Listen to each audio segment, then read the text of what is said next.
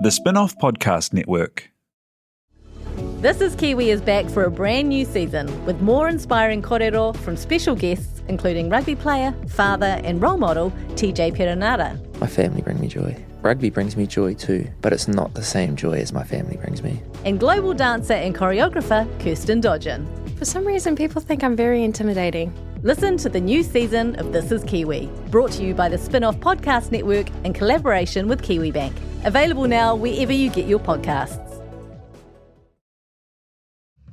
Kia ora, this is Toby Manhire, here to urge you to tune in to Gone by Lunchtime, a podcast with me, Annabelle Lee Mather and Ben Thomas, tackling the world of New Zealand politics, from policy to polling, from scandal to psychodrama. Listen to Gone by Lunchtime, brought to you by the Spin-off Podcast Network, wherever good pods are sold. Hello?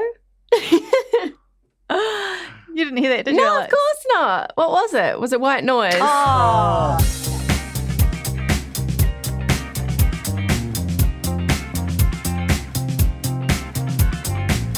I'm absolutely bloody ecstatic because I was a bag of arseholes this afternoon because I didn't think I had a shit show in hell, and here the hell am I, and I've got a pile of stones. Sorry, Jaden, I've got to go. Bag of assholes she was, but here the hell she is. Dame Susan is in the top 3. Very exciting. Welcome to the Real Pod. We are absolutely fizzing to talk about Treasure Island. My name's Jane Yee. I'm joined by Duncan Grieve and Alex Casey. Kia ora. Buzzing. Absolutely buzzing. Wrong show, Alex. You're still on Love Island. We're talking Treasure Island. I don't care. All the islands are the same. And I was really this close. not. I was very dark on that past week before we watched these 2 episodes. I was like, You were grieving. I was grieving. I was going through, I was going also through the grieving. 7. Always be steps. grieving. Always be grieving. I thought there were only 5 steps. Have you got 7? Oh, is that the recovery? I don't know. Did you? Look, Feeling. the point is that it felt like the show had sort of been gerrymandered to have like an inevitable conclusion, and then fate got in the way, and it was...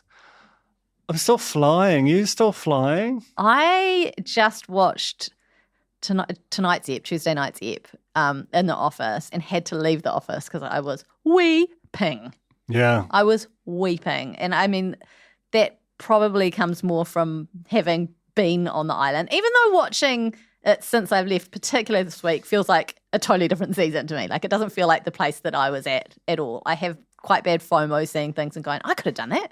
But aside from that, I'm like, this just feels like an entirely different game at this point. And these characters don't feel like people that I was like hanging out with.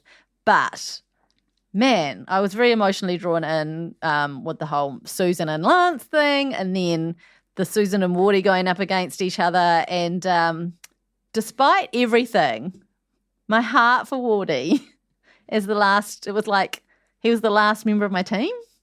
So to see him go, He did and I so know, well. I know how much he wanted this. Like, he really, like, easily as much as Matty McLean. You which can is a you can lot. see like in his response, like he's trying to hold it in, but there is no chill in that man when No. that happens. No.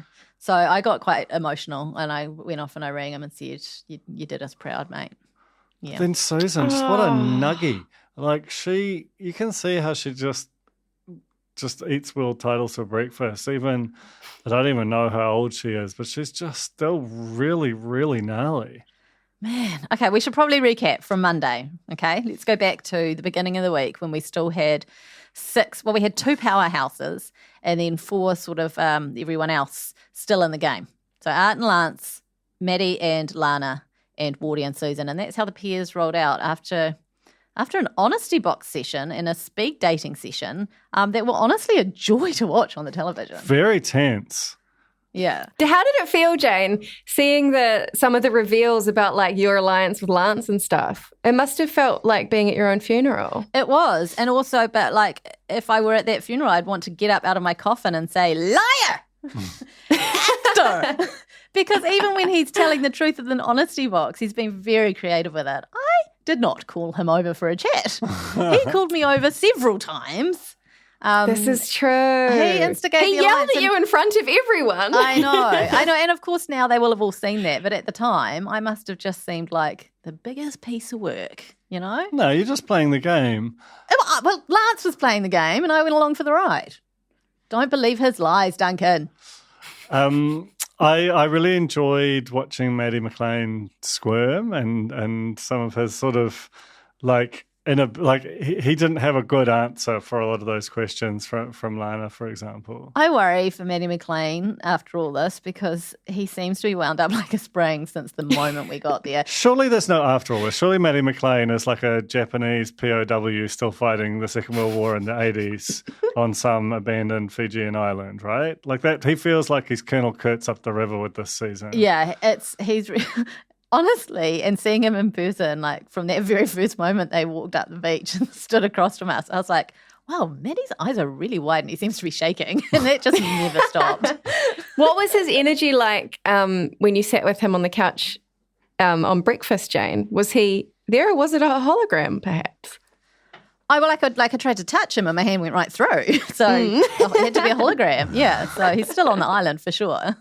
I love how Matty is like clearly playing so hard, but is not really thinking 2 steps ahead, as in like, what if someone asks you about any of these moves? And he just goes, blah, cannot deal Lance with got it. off super lightly just because Lance is arguably being more shifty than Matty. But it's also his brand is shifty. Yeah, that's the thing, right? So he's so cheeky about it, and he like as mentioned, he manages to frame things a certain way so they perhaps don't make him look quite as bad.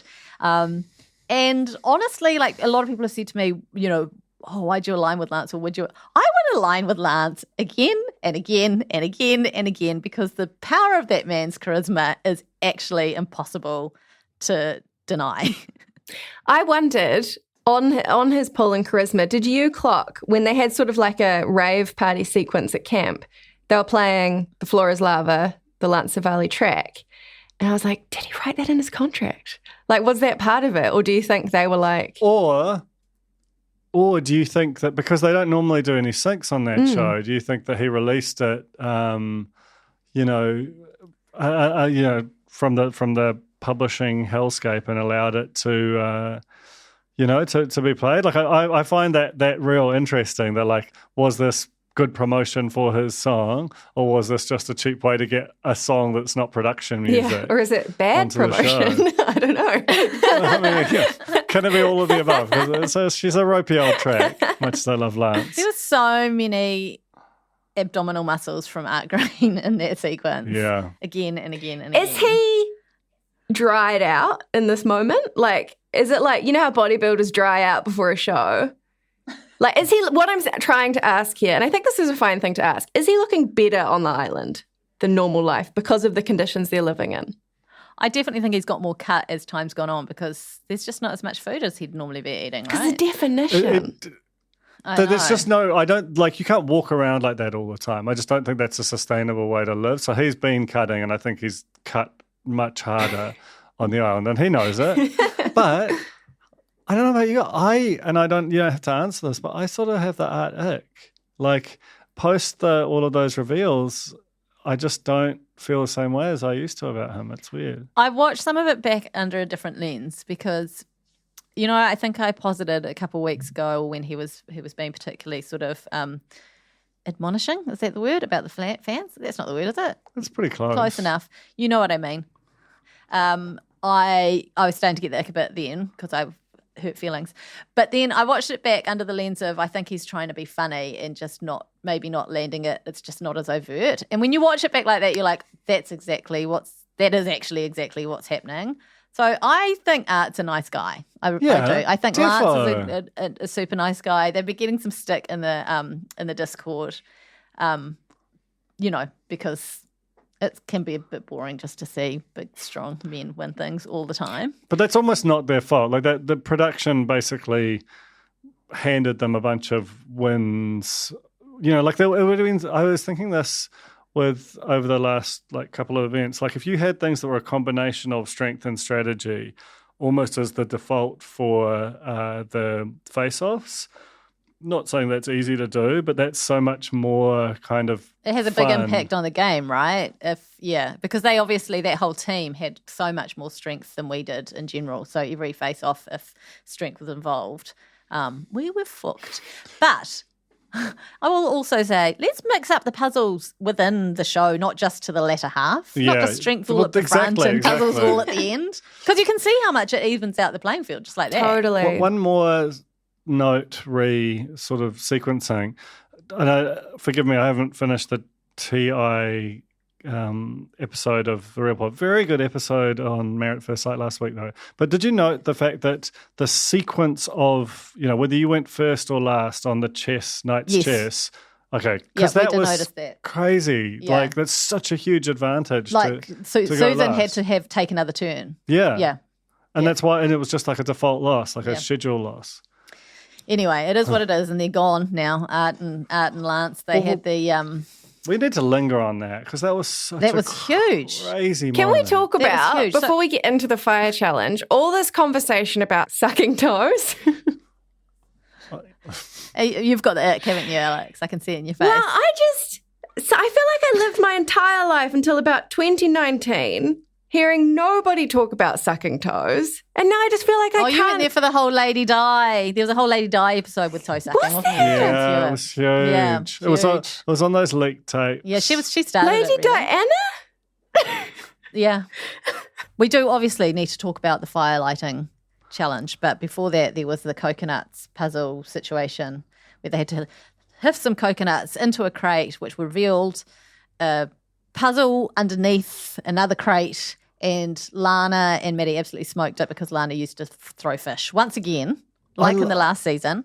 I adored that challenge. Like, it was just really good to have the sports machine just completely destroyed by Lana. Like, it was just like just good to like.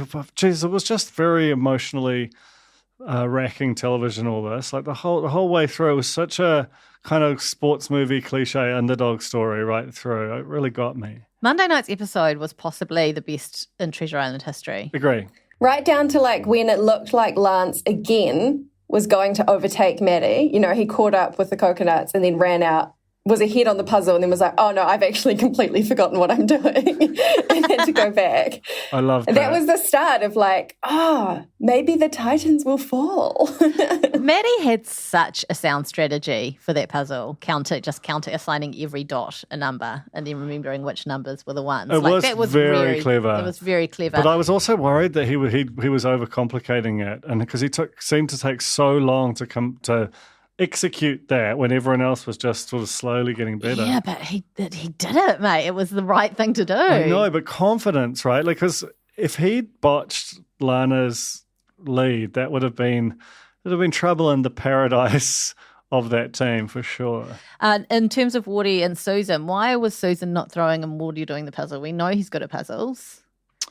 We know she's good at sports. Yeah, that was a botch. That was just I guess big man do throw thing. Yeah. And Anyway, he got the mega yips. Like, he just could not lob that coconut in for love nor money. I know. I really felt for Wardie. James Susan Devoy had the Josh Oakley energy in that one. Oh my God. Did not want to lose, and fair enough too. But poor Wardie, she really railed him, didn't she? But it's just she'll be such a yip machine. Like, if you had any latent yips, Dame Susan like glaring at Oh you my God. and bagging you out by way of cheering you on would not be good. He seems to hold his composure, even though you can tell that he's like ribbons inside. Yeah. But he made up for it in the ensuing challenge, which was building some fire. And The this building was, fire challenge. The hubris of Arthur Green when he was just like playing with the flint. Like, Playing I know how with to get the it going. flint. Oh. oh, Also, that seems like a fire hazard. Don't have that big old man sparking around the forest. Like, but look, to be fair, it's rained like for 70 over there. That whole true. place is sodden. This is the one challenge that I've watched and was like, I absolutely would have won this. Yeah. 100%. I've been lighting fires since the moment I could hold a match. I've always been responsible for lighting the fires in my house. And Art and Lance absolutely duffed it. They Really didn't build a did. little teepee shape early on the way that the others They were did. just so cocky. They were like, well, like we always make the fire versus like this is a very specific challenge. Like it's not about making a fire; it's about driving a fire up to a specific location. Also, they made earlier on in the season, they made a joke about how we couldn't get our fire going in our camp. Simply not true. We just didn't need to. We had a barbecue, so we just didn't have the fire going. It's not like we were cold, you know? So we were fire starters also. We were fine with it. Anyway, I think Wardie, Susan was there. She gave the encouragement and she gave the sticks a good blow, but that was kind of Wardie's redemption, wasn't it? That little fire that he built. When the flames started licking the rope and you could see the little embers catching on. Yeah, when the rope caught fire, it was incredibly like you were just because the whole way through you're like, this can't possibly be, and you wouldn't allow yourself the emotional devastation of daring to dream, and then it sort of became gradually clear that it was really going to happen. These basically normal people were going to defeat the gods. It was crazy. I mean, Susan Devoy is not a normal person. She is in her 60s. Oh, don't get me wrong. She is my absolute idol. Yeah. Like from now until forevermore. I mean, no one's normal on this show, right? But just the like Art and Lance are built in a lab to win this show, and they took them down. Yeah. It was sensational. It really was. And I'm just, at this point, even though I hated it about an hour beforehand, I am so happy that Art and Lance were paired together. Yeah. Because it was just, I don't know, it was extremely satisfying to see, as you say, normies take out the big boys who had owned the competition for weeks and weeks and weeks on end, just having a lovely time beating everyone all the time. And then just little fire, out they go. It just still blows my mind how the tiniest thing can change the whole, It was like your exit, right? Yeah, Same it was thing. like my exit. It was like the ball puzzle that Matty and Lana did the next day. It's like you just don't ever assume anything. And now we have a final three that's pure underdogs, which we love each and every one of them. But if you had asked us a week ago, it was not looking like they were going to make it. And that's why, like, the fire challenges kind of has the same role in Survivor quite often. It, like, comes out of nowhere and just knocks out the Titans. I wonder, would they have always had this planned?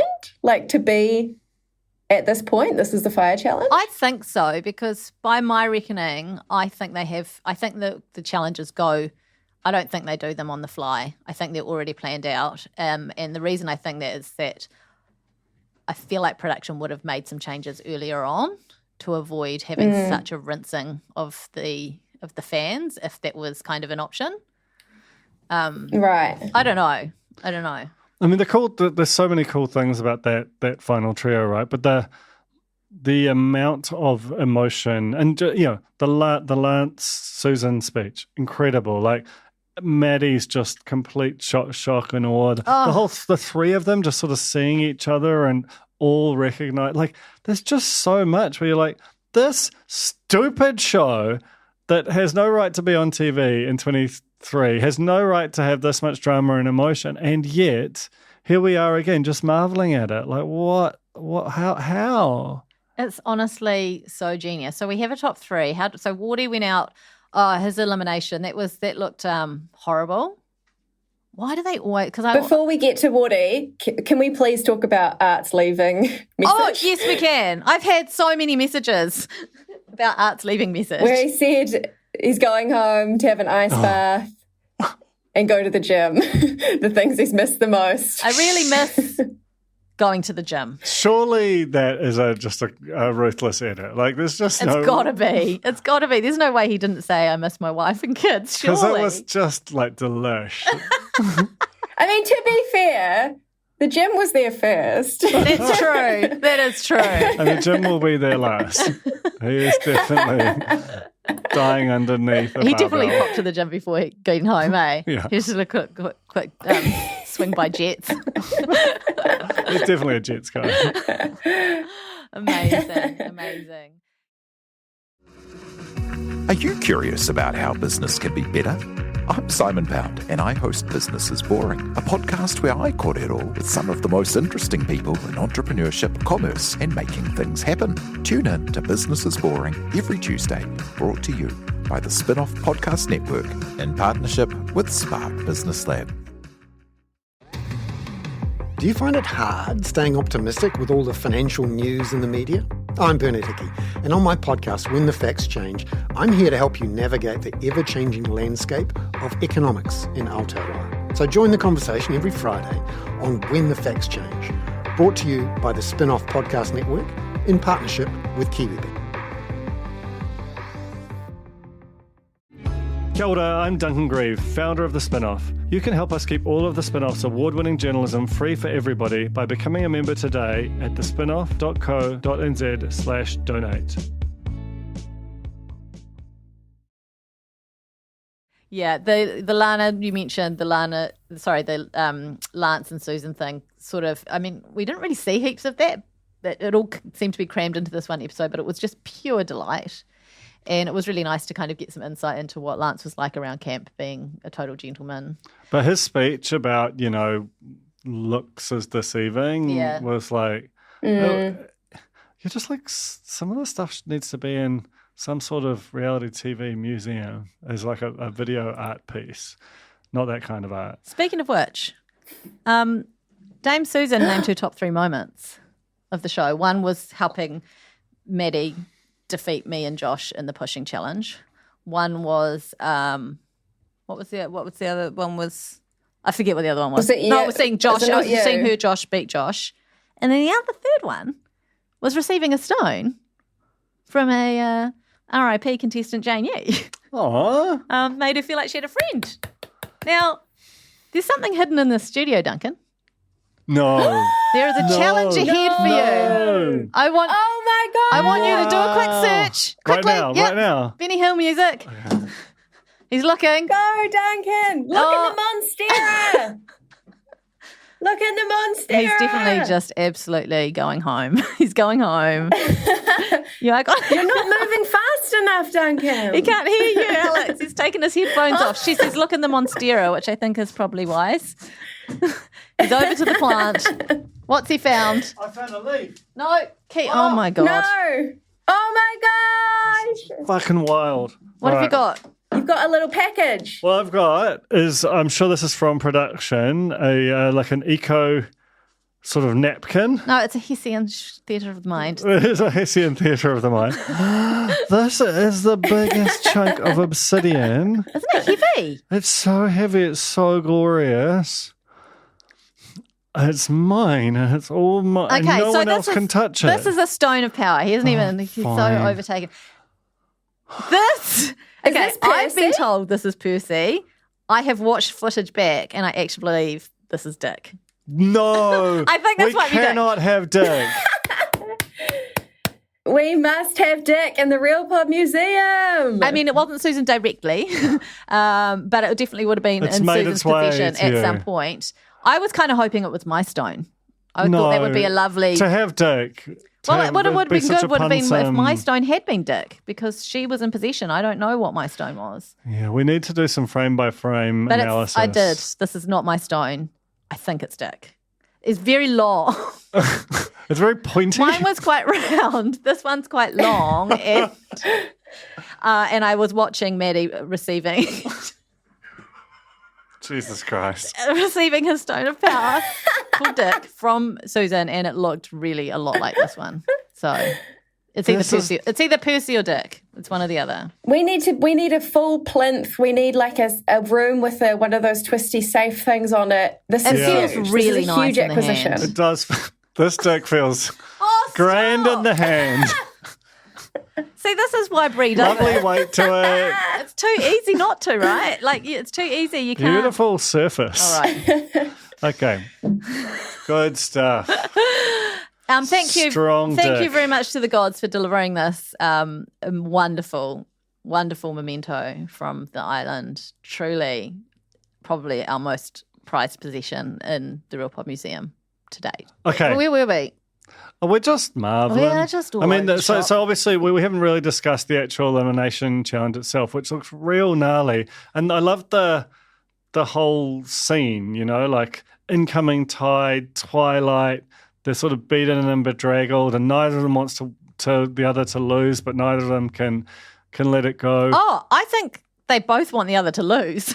Well, I definitely think they both want the other to lose. Yes, but there was like they had a bond that meant that it was always going to be bittersweet. And Susan just cannot, like, even when there were clearly times when she wanted to go home, there's just something in her that just cannot give up. It's so gorgeous to watch. I loved how they were setting us up for a Susan departure. You know, like there was all the build up about how she doesn't like water, she's not a confident swimmer. And like you say, Duncan, the waves were lapping in. And even like she told Lana she'd give away all her many, many, many stones.